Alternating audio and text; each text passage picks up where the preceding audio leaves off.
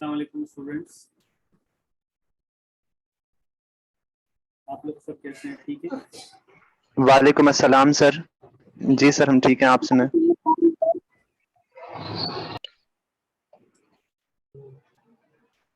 अल्हम्दुलिल्लाह मैं भी ठीक हूँ। शाहनवाज, आप कैसे हैं? ठीक है। जी सर, बिल्कुल ठीक। अच्छा, और क्लास के सीआर? वालेकुम अस्सलाम सर। जी बिल्कुल ठीक है। बाकी स्टूडेंट्स रह गए ना कोई? बहुत कम स्टूडेंट्स इस वक्त ऑनलाइन है। सर पूरे ग्रुप में मैसेज कर दिया है और लिंक भी फॉरवर्ड कर दिया है ग्रुप में, आपको जैसे जैसे ज्वाइन करें। चले खैर बहरहाल। अच्छा, कोई आप लोगों में से प्रीवियस क्लास को थोड़ा सा समराइज कर देगा, what we have learn in previous class? Sir previous class में हमने क्वेश्चंस पढ़े थे, आपने क्वेश्चंस करवाए थे, उनकी प्रैक्टिस की थी हमने। और फिर आपने एक छोटा सा वो जो है वो भी दिया था कि हमें वर्कशीट भी दी थी आपने, और आपने कहा था कि इसको सॉल्व करें, और फिर हमने आपको साइन भी किया था। हाँ बिल्कुल बिल्कुल। लास्ट 2 प्रीवियस क्लास में हमने चीज़ें पढ़ी हैं, उसको बहुत सारे स्टूडेंट्स ने अटेंड नहीं की क्लास, तो वो रिकॉर्डिंग सुन सकते हैं। 2 क्लासों में हमने जो पढ़ा है उसको समराइज कर देता हूँ मैं। सबसे पहले तो हमने फाइनेंशियल एलिमेंट्स पढ़े, बेसिक फाइनेंशियल एलिमेंट्स, और उस बेसिक फाइनेंशियल एलिमेंट्स के बाद हमने जो है क्या कहते हैं, हमने अकाउंटिंग इक्वेशन पढ़ी, और अकाउंटिंग इक्वेशंस के कुछ न्यूमेरिकल्स क्वेश्चन सॉल्व की। उसके बाद हमने जो है क्या कहते हैं, जो बिजनेस की एक्टिविटीज होती हैं, बिजनेस ट्रांजैक्शंस के अंदर से हमने जो है वो टाइटल एक्सट्रैक्ट करना सीखे। आज का जो हमारा टारगेट है वो है जर्नलाइजिंग करना, जो बेसिक अकाउंटिंग की जो जर्नलाइजिंग है, जिसको कहते हैं रिकॉर्डिंग करना। मेरे बात को दोबारा से मैं रिपीट कर रहा हूँ दैट आज की जो हमारे टारगेट है, वो टारगेट में नंबर 1 टारगेट ये कि हम वो जो आपके सामने ट्रांजैक्शंस थी, उन ट्रांजैक्शंस को, जो प्रीवियस क्लास में हमने ट्रांजैक्शन सीखी थी, उसमें से टाइटल एक्सट्रैक्ट करने और उन टाइटल्स को रिकॉर्ड करना है। Are you getting? जी सर। क्या करना है? जी सर। सर आपने बताया कि जनरलाइजेशन करनी है, जो उसमें से टाइटल है उनको रिकॉर्ड करना है। हाँ, यानी जो बिजनेस की एक्टिविटीज हैं जो आपके सामने सेंटेंस की शक्ल में लिखी होगी, उसमें से टाइटल एक्सट्रैक्ट करके उसको रिकॉर्ड करना है। रिकॉर्ड करना मतलब ये नोट डाउन करना है। अब ये रिकॉर्ड करना या नोट डाउन करना किस तरीके से करते हैं वो थोड़ा सा थोड़ी देर बाद हम सीखेंगे, लेकिन सबसे पहली जो चीज हम सीखने जा रहे हैं अभी, कि उन ट्रांजैक्शंस में से टाइटल एक्सट्रैक्ट करने के बाद आपको ये देखना है कि either this particular title is increase और डिक्रीज। ठीक है, टाइटल जो है वो इंक्रीज हो रहे हैं या डिक्रीज हो रहे हैं, बढ़ रहे हैं या कम हो रहे हैं। अभी कैसे पहचानेंगे? It's very easy. मैं आपको एक स्क्रीन शेयर कर रहा हूँ ताकि आपको कहानी समझ में आ जाएगी।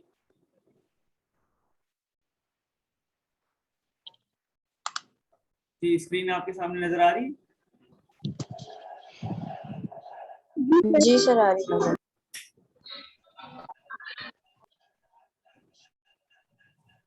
अच्छा, ये एक हैंडआउट है जो बीएस कंप्यूटर साइंस स्टूडेंट्स के लिए मैंने बनाया था।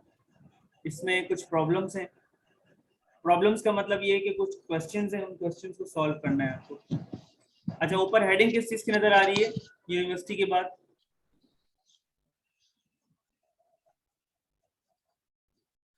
Journalising. Sir journalising ledger and trial balance handout. हाँ, ये इसमें ना एक पूरा टॉपिक कवर होगा हमारा।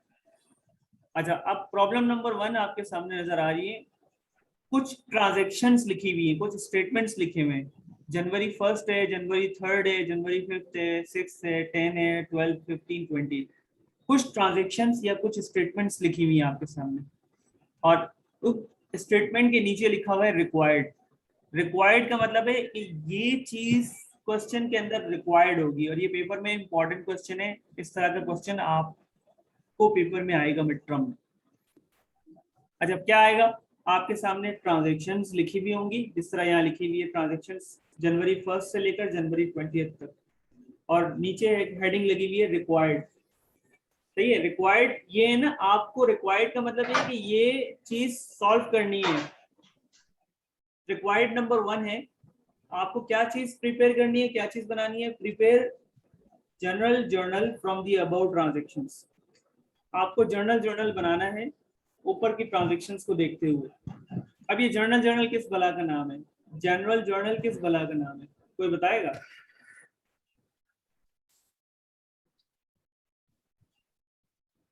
ये आपको नजर आ रहे हैं ना यहाँ पर, प्रिपेयर जनरल जर्नल, किस बला का नाम है?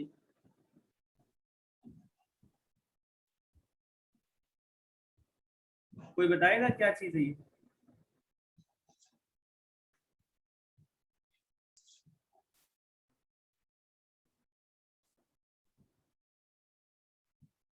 चलो मैं बता देता हूँ।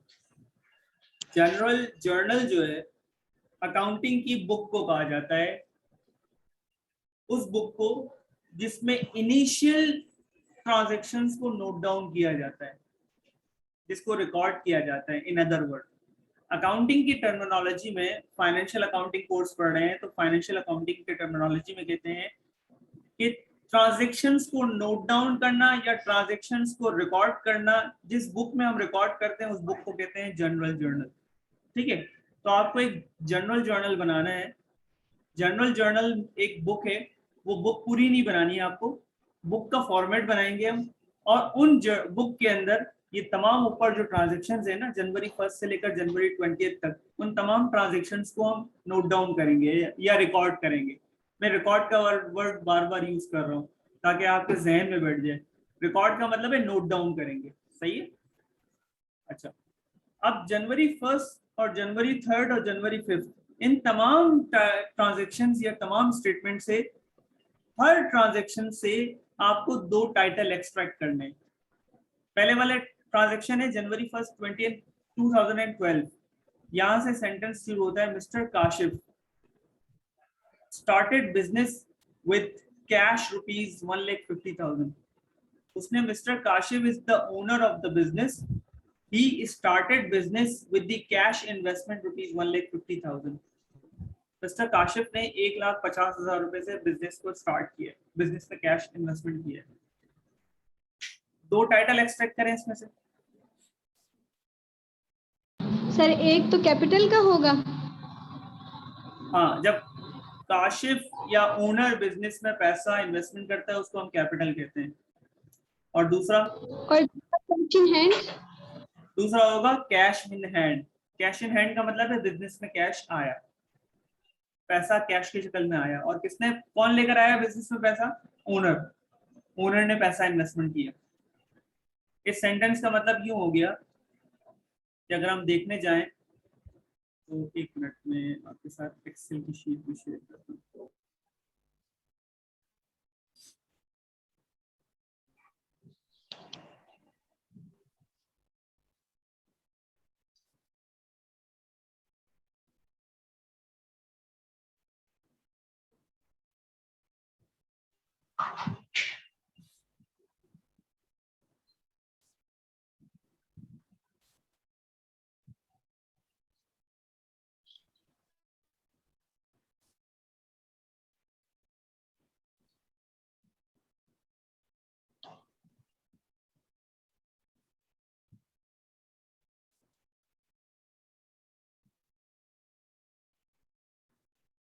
हम कहाँ पहुंच गए जाके?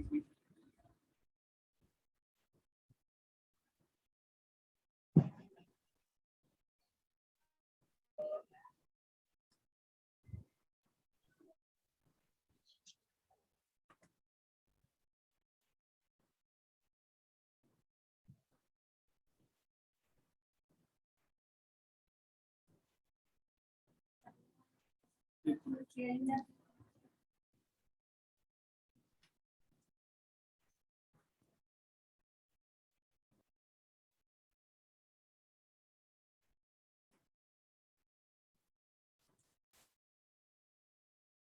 देखें, ये फॉर्मेट है जर्नल का, मैं बताया था। आप अपने नोटबुक में, अपने रजिस्टर में इस तरह का फॉर्मेट बनाएंगे। सबसे पहले आप लिखेंगे, कंपनी का नाम लिखेंगे, या कंपनी का नाम लिखेंगे या बिजनेस का नाम लिखेंगे, जो क्वेश्चन में गिवन होगा। क्वेश्चन कौन सा था? ये वाला क्वेश्चन था ना। अच्छा, यहाँ बिजनेस का नाम नहीं है, तो अगर बिजनेस का नाम मेंशन नहीं है यहाँ पर, तो आप जो है ना ओनर का नाम लिख देंगे। ओनर कौन है यहाँ पर? मिस्टर काशिफ है ना। तो आप सबसे पहले लिख देंगे मिस्टर काशिफ। ये आप हेडिंग लगाएंगे, मिस्टर काशिफ। ठीक है। उसके बाद सेकंड नंबर पे आप लिखेंगे, सेकंड हेडिंग जो लिखेंगे, what is the requirement of first question. First requirement क्या है? Prepare general journal. आपको एक बुक बनानी है, तो आप यहाँ पर सेकंड हेडिंग देंगे जनरल जर्नल। ठीक है, दो हेडिंग नजर आ गई आपको?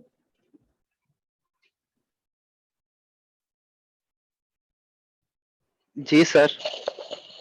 अच्छा, एक मिनट, स्क्रीन सही नजर आ रही है या स्मॉल नजर आ रही है बहुत ज्यादा? आपको फॉन्ट साइज सही है? फॉन्ट साइज ये बड़ा करूंगा। जी सर, फॉन्ट साइज ठीक है। ठीक है, चले। उसके बाद आपको एक कॉलम इस तरह के जो है ना, आपको कॉलम बनाने। कितने कॉलम बने हुए नजर आ रहे हैं आपको?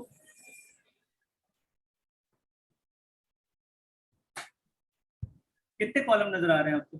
सर 6 कॉलम्स है। 6 नहीं है, 5 कॉलम है। पहला कॉलम ये है, ठीक है, ये डेट का कॉलम है। इसको मैं हाईलाइट करता हूँ। आपको हाईलाइट करने की जरूरत नहीं है, लेकिन मैं इसको हाईलाइट इसलिए कर रहा हूँ ताकि आपको समझ में आ जाए। सेकंड कॉलम ये है डिस्क्रिप्शन का। फर्स्ट कॉलम है डेट का, सेकंड कॉलम है पर्टिकुलर्स का,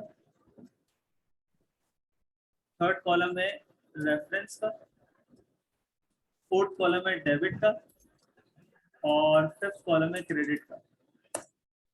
ठीक है, ये है ना बेसिकली रिक्वायरमेंट नंबर 1 है आपकी।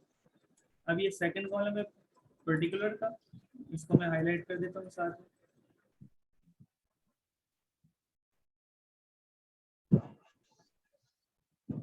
रेफरेंस का एक कॉलम है, और डेबिट और क्रेडिट का कॉलम। सही? कितने कॉलम नजर आ रहे हैं अब आपको? कितने कॉलम है? सर अब 5 है सर। 5 कॉलम है ना, ठीक है। अच्छा, जी सर। अब क्या करना है, मैंने बताया कि ये जो आपके सामने क्वेश्चन है, इसमें जितने भी सेंटेंस लिखे हुए हैं, ट्रांजेक्शन लिखी हुई है, इनमें हर ट्रांजेक्शन से आपको 2 टाइटल एक्सट्रैक्ट करने हैं। जिस तरह मुझे वजिया ने शायद बताया था कि पहले वाले सेंटेंस या पहले वाले ट्रांजेक्शन से हमने जो दो टाइटल एक्सट्रैक्ट किए हैं, एक है कैपिटल और एक है कैश इन हैंड। तो मैं एक काम करता हूँ, यहाँ पर 2 टाइटल लिख देता हूँ। फिलहाल इसको हम समझ रहे हैं। एक टाइटल बताया कैपिटल का और एक टाइटल बताया कैश का। ठीक है, 2 टाइटल बताए।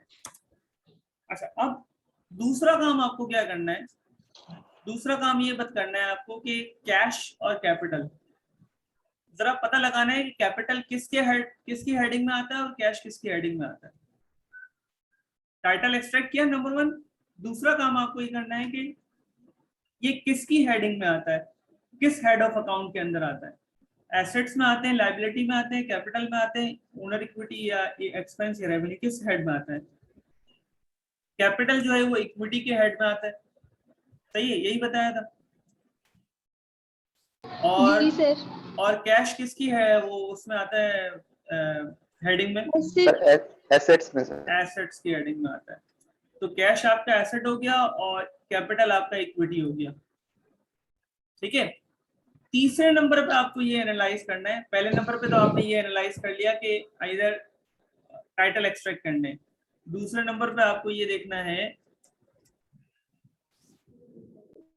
कि क्या देखना है कि कौन सा नेचर है, नेचर ऑफ अकाउंट की है। एसेट्स है, लायबिलिटी है, इक्विटी है, एक्सपेंस है, रेवेन्यू है। तीसरे नंबर पे आपको देखना है कि इधर तीसरे नंबर पे आप क्या देखेंगे?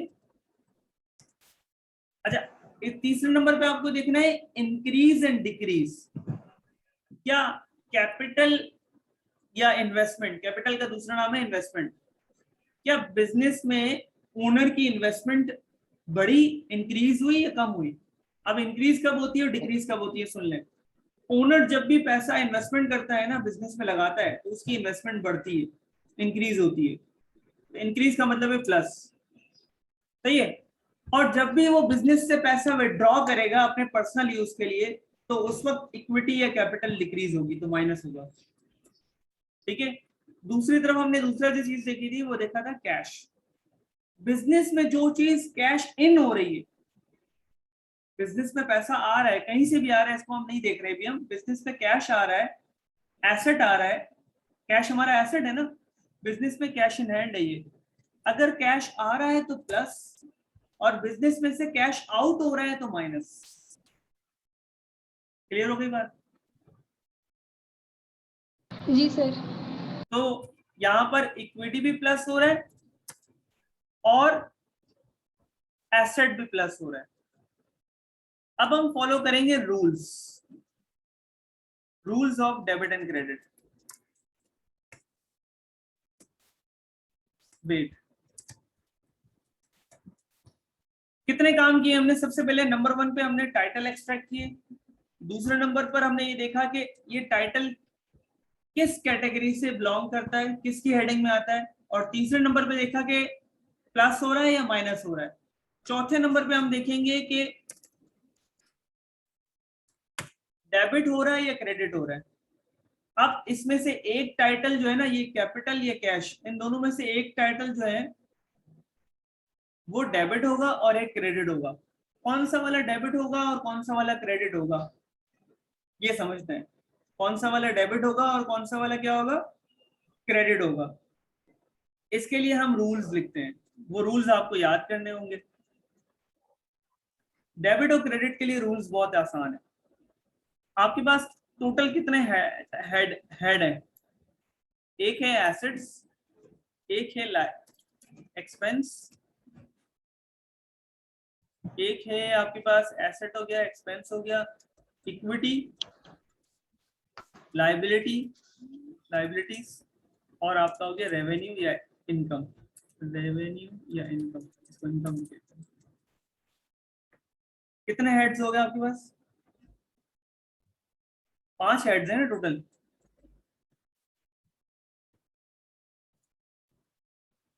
क्लियर हो गई कहानी? समझ में आ रही है आपको?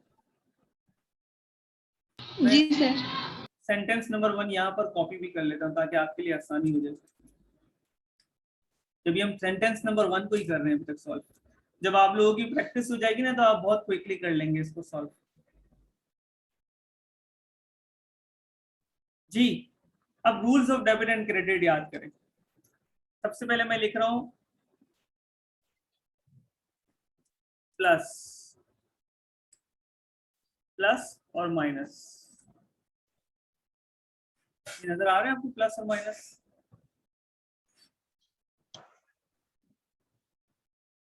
अच्छा, प्लस और माइनस का मतलब समझ लें। यहाँ पर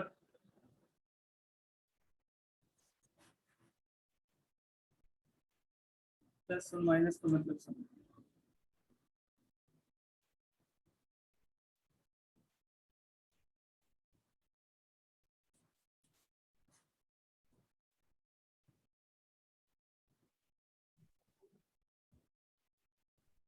जी, प्लस और माइनस, ठीक है ना, ये रूल्स आप लोगों ने मैथ्स में पढ़ा है। प्लस का मतलब है जमा होना, ठीक है। माइनस का मतलब क्या है?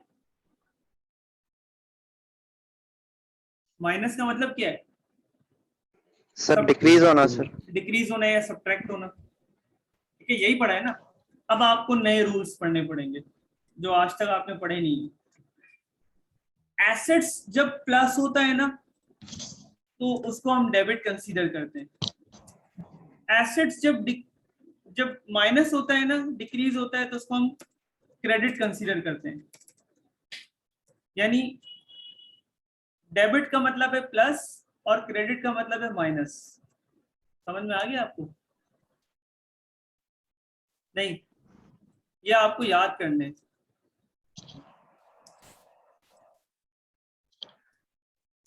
अच्छा, एक्सपेंस के लिए भी यही रूल है। डेबिट का मतलब है प्लस और क्रेडिट का मतलब है माइनस। यहां तक समझ में आया आपको?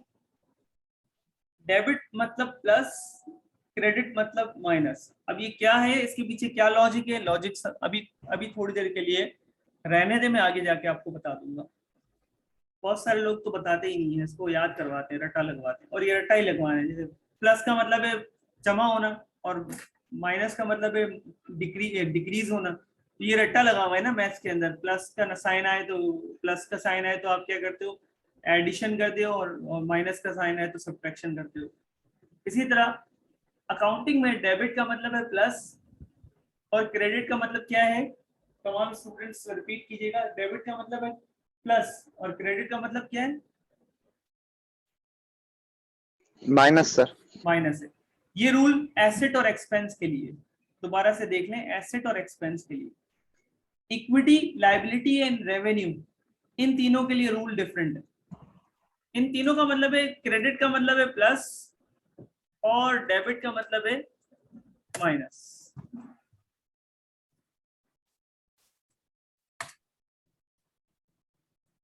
एक मिनट, ये क्या हो गया?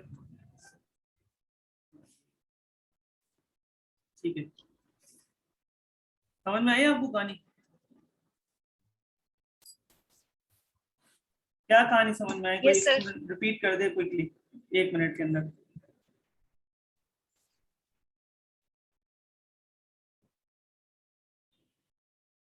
मैं जानबूझ के थोड़ा स्लो जा रहा हूँ तो पहले बेस बन रही है आपकी फाउंडेशन क्लास है।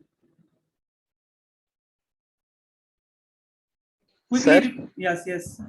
सर यहाँ पर एक क्वेश्चन है, वो अगर हमारे बैंक अकाउंट में पैसे हमारे अगर वो डिपॉजिट हम करवाते हैं तो आता है कि क्रेडिट, और अगर विड्रॉल होता है तो डेबिट आता है। हाँ, वो मैं बताऊंगा। सर ये क्वेश्चन नोट डाउन करके कहीं रख लो। अगर जी, वो आपको इन समझ, सबसे अलग है सर? वो अलग नहीं है असल में। मैं आपको वैसे ही समझा देता हूँ, अगर समझ में आ जाता है, क्योंकि वो थोड़ा सा आगे की लेवल का है। ठीक है बाकी सर। स्टूडेंट कंफ्यूज हो जाएंगे, लेकिन अगर आपको समझ में आता है तो समझा देता हूँ, सुन लें।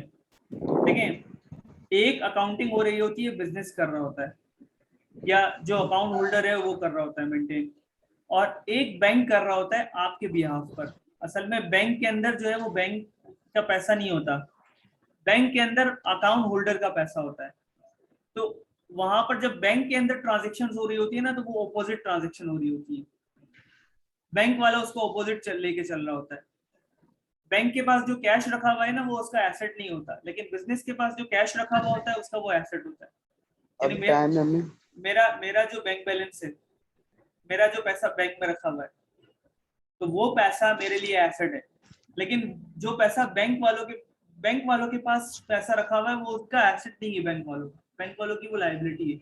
तो इसीलिए वो ऑपोजिट अकाउंटिंग कर रहे होते हैं। वो क्रेडिट की जगह डेबिट लिखेंगे, वो डेबिट की जगह क्रेडिट लिखेंगे। जी सर, ठीक है सर, थैंक यू सर। आ गया तो ठीक है, नहीं तो फिर कोई मसला नहीं है, उसको फिर हम आगे जी पढ़ेंगे। सर, समझ में आ गया।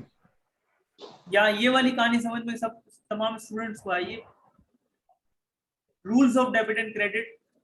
डेबिट मतलब प्लस, क्रेडिट मतलब माइनस, लेकिन ये रूल किन दोनों के लिए अप्लाई होगा? एसेट और एक्सपेंस के लिए। जबकि इक्विटी, लायबिलिटी और रेवेन्यू के लिए रूल चेंज हो जाएगा। क्रेडिट का मतलब है प्लस और डेबिट का मतलब है माइनस। ये रूल आपको याद करने। अच्छा, अब हम सेंटेंस नंबर 1 देख रहे थे। उन सेंटेंस नंबर 1 या ट्रांजेक्शन नंबर 1 से हमने 3 चीजें निकाली। पहले नंबर पे हमने जो है वो एक्सपेक्ट की टाइटल मुझे किसी एक स्टूडेंट ने बताया था, वजिया ने। 2 टाइटल निकाले थे, एक कैपिटल और एक कैश। एक हमारा इक्विटी है और एक एसेट है। अच्छा, इक्विटी कहते हैं इन्वेस्टमेंट को।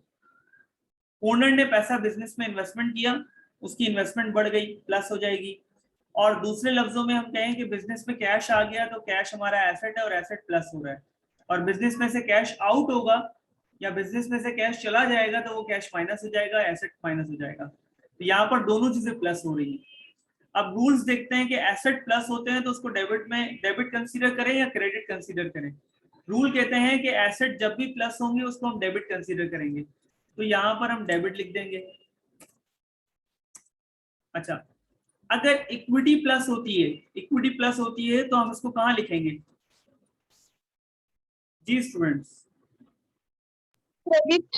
क्रेडिट कर देंगे। इसका मतलब ये है, आसान लफ्जों में अगर आपको समझना है और तुक्का लगाना है, तो अगर आपको एक टाइटल के बारे में पता लग जाए ना कि डेबिट हो रहा है या क्रेडिट हो रहा है, तो दूसरा टाइटल डेबिट हो रहा होगा। हमेशा याद रखें कि यहाँ पर ये जो आप फॉर्मेट बनाया ना, date, particulars, reference, debit and credit, ये जो जनरल जर्नल का फॉर्मेट है, इसमें एक टाइटल के अमाउंट को डेबिट में लिखेंगे और एक टाइटल के अमाउंट को हम क्रेडिट में लिखेंगे। समझ में आया स्टूडेंट्स? तो अब ये जी सर। हमारे पास दो टाइटल हमने एक्सट्रैक्ट किए थे सेंटेंस नंबर 1 से, एक कैपिटल और एक कैश। और कैश वाला टाइटल डेबिट में लिखेंगे और कैपिटल वाला टाइटल क्रेडिट में लिखेंगे। ठीक है, हाँ मैं बार बार ये सेंटेंस यूज कर रहा हूँ, दोबारा से सुन ले। कैश वाला टाइटल हम कहाँ लिखेंगे? डेबिट में। डेबिट में लिखेंगे नहीं, उसकी अमाउंट को डेबिट में लिखेंगे। यहाँ पर हम लिखेंगे डेट के कॉलम में लिखेंगे सबसे पहली ट्रांजैक्शन जो हमारी थी वो थी जनवरी 1 की और 2012 की, 2012 जनवरी 1।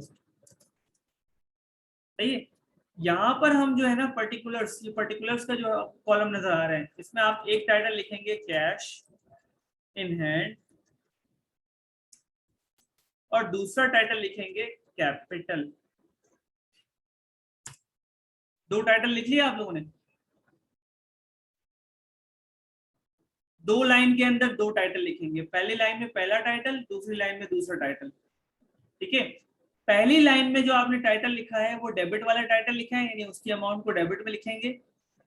अच्छा, बिजनेस में कितनी इन्वेस्टमेंट है? 1,50,000 की इन्वेस्टमेंट, तो ये कैश इन हैंड के सामने उसकी अमाउंट डेबिट में लिखेंगे 1,50,000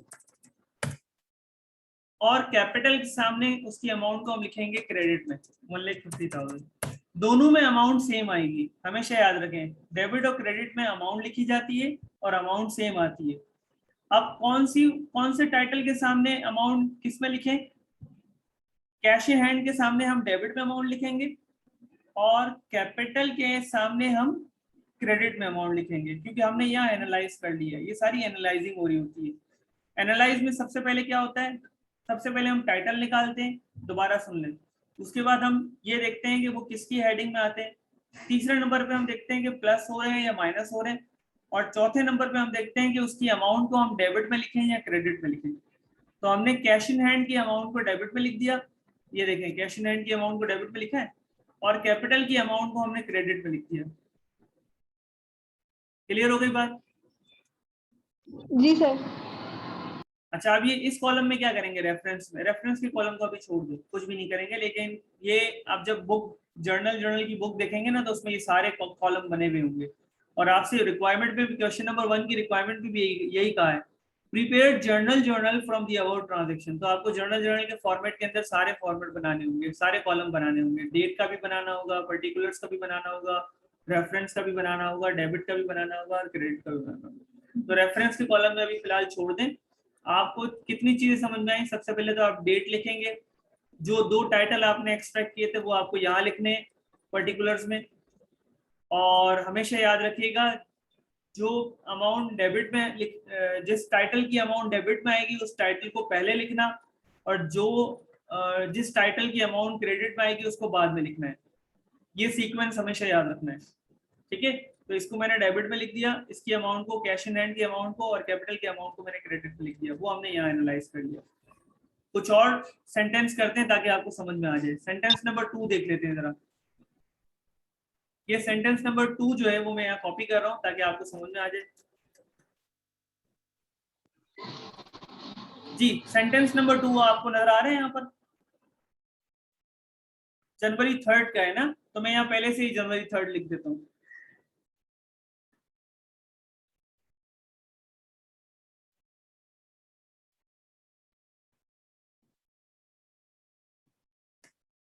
जनवरी 3 मैंने डेट के अंदर जनवरी 3 लिख दिया। अब आपको दो टाइटल एक्सट्रैक्ट करने हैं अगेन। ये 4 चीजें फिर एनालाइज करनी है आपको।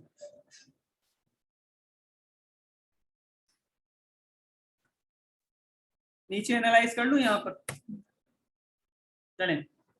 सेंटेंस नंबर 2 जो है, जो जनवरी 3 का है, उसमें लिखा हुआ है purchase office supplies for cash ₹5,000। अच्छा, आप इसमें से 2 टाइटल कोई भी स्टूडेंट निकाल ले, जल्दी से एक्सपेक्ट कर ले। Purchase office supplies for cash ₹। Yes Sheroz, आप बताएं। सर एक एक्सपेंसिव है, नहीं, परचेज एक्सपेंस किया नहीं, सर। Purchase office supplies. एक टाइटल आएगा ऑफिस सप्लाईज आएगा, और दूसरा टाइटल बता दे जल्दी से। Cash in hand. हाँ, ऑफिस सप्लाईज, और दूसरा टाइटल आएगा कैश, कैश इन हैंड या कैश, खाली कैश भी लिख सकते हैं, ठीक है, कैश इन हैंड या कैश लिखते हैं, सिंपल सा वर्ड लिखते हैं। चलो, 2 टाइटल आपने निकाल लिए, एक ऑफिस सप्लाईज का और एक कैश इन हैंड का, कोई मसला?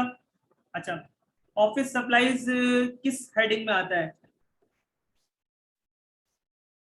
ऑफिस सप्लाईज एसेट है मेरे ख्याल में, स्टेशनरी आइटम जितने भी है ना, वो उसको ऑफिस सप्लाईज कहते हैं, और कैश भी आपका एसेट है, ठीक है। अच्छा, अब मुझे बताएं कि ऑफिस सप्लाईज खरीद रहे हैं, बदले में आप उसको क्या दे रहे हैं? Sir cash. हाँ, बदले में आप उसको कैश पे कर रहे हैं। तो एक एसेट है, ये दोनों एसेट है, ऑफिस सप्लाईज भी एसेट है और कैश भी आपका एसेट है। एक एसेट प्लस हो रहा है, एक एसेट माइनस हो रहा है। विच वन एसेट इज, कौन सा एसेट प्लस हो रहा है, कौन सा माइनस हो रहा है, जल्दी से कौन बताएगा? सर ऑफिस सप्लाईज प्लस हाँ, और office supplies asset office supplies खरीद रहे हैं तो प्लस हो रहा है, और ऑफिस में से कैश कैश माइनस माइनस। तो कैश एसेट माइनस हो रहा है। अब रूल्स के अकॉर्डिंग देखते हैं, एसेट्स प्लस का मतलब है डेबिट और माइनस का मतलब है क्रेडिट। तो इसका मतलब ये वाला ये प्लस हो रहा है ना ऑफिस सप्लाईज, तो इसको हम डेबिट में लिखेंगे और इसको हम क्रेडिट में लिखेंगे। इसकी अमाउंट को, कैश की अमाउंट को हम क्रेडिट में लिखेंगे और ऑफिस सप्लाईज की अमाउंट को हम डेबिट में लिखेंगे। यहाँ पर हम इसको रिकॉर्ड कर लेते हैं, रिकॉर्ड कर रहे हैं, मेरे वर्ड सुनना। पहला टाइटल हम डेबिट वाला लिखेंगे, ऑफिस सप्लाईज वाला टाइटल लिखेंगे, ऑफिस सप्लाईज हम लिखेंगे, और दूसरा टाइटल हम लिखेंगे कैश इन हैंड।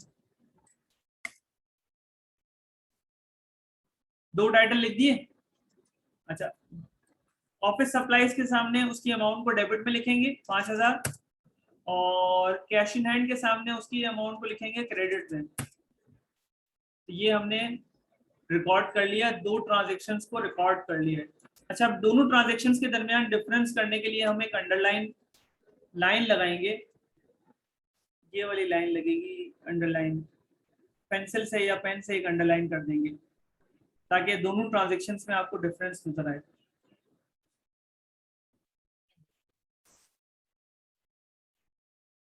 जी, ताकि मिक्स ना हो जाए। जी स्टूडेंट्स, क्लियर हो रहा है आपको, समझ में आ रही है? अब तीसरा जल्दी से जी सर। थर्ड वन कर लेते हैं क्विकली। थर्ड में लिखा हुआ है परचेज फर्नीचर ऑन कैश ₹10,000।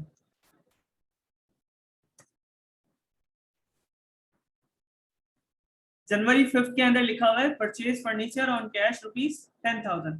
जल्दी से 2 टाइटल निकालें आप, मैं इसको यहीं सॉल्व कर देता हूँ, ऑफिस सप्लाईज की जगह पर ही सॉल्व कर देता हूँ मैं इसको।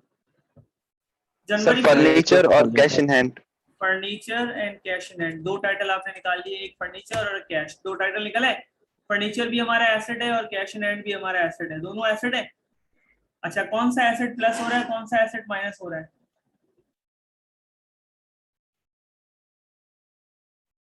सर फर्नीचर ऐड हो रहा है और सर कैश माइनस हो रहा है। हाँ बिल्कुल सही, फर्नीचर प्लस हो रहा है क्योंकि फर्नीचर हम खरीद रहे हैं, और बिजनेस में कैश आउट हो रहा है तो कैश हमारा माइनस हो रहा है। अब रूल्स के अकॉर्डिंग जब एसेट प्लस होता है तो डेबिट कंसीडर किया जाता है, माइनस होता है तो क्रेडिट कंसीडर किया जाता है। तो यहाँ पर फर्नीचर डेबिट कंसीडर किया जाएगा और कैश क्रेडिट कंसीडर किया जाएगा। डेबिट वाला टाइटल पहले लिखेंगे, पहले तो हम डेट लिखते हैं, कौन सी डेट है, जनवरी 5, और डेबिट वाला टाइटल पहले लिखेंगे फर्नीचर, और क्रेडिट वाला टाइटल लिखेंगे हम बाद में कैश इन हैंड।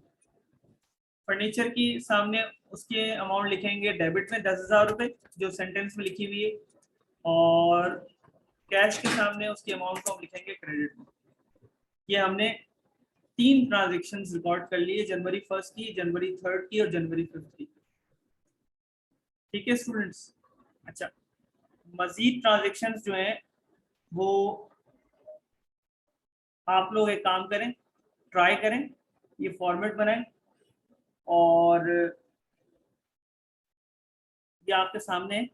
मैं एक काम करता हूँ, इसको मैं इसका स्क्रीनशॉट लेके आपको भेजता हूँ, बल्कि ये पूरी फाइल ही भेज देता हूँ, एक वर्ड की फाइल आपके साथ शेयर कर लेता हूँ। सही, आप इसको सॉल्व करें।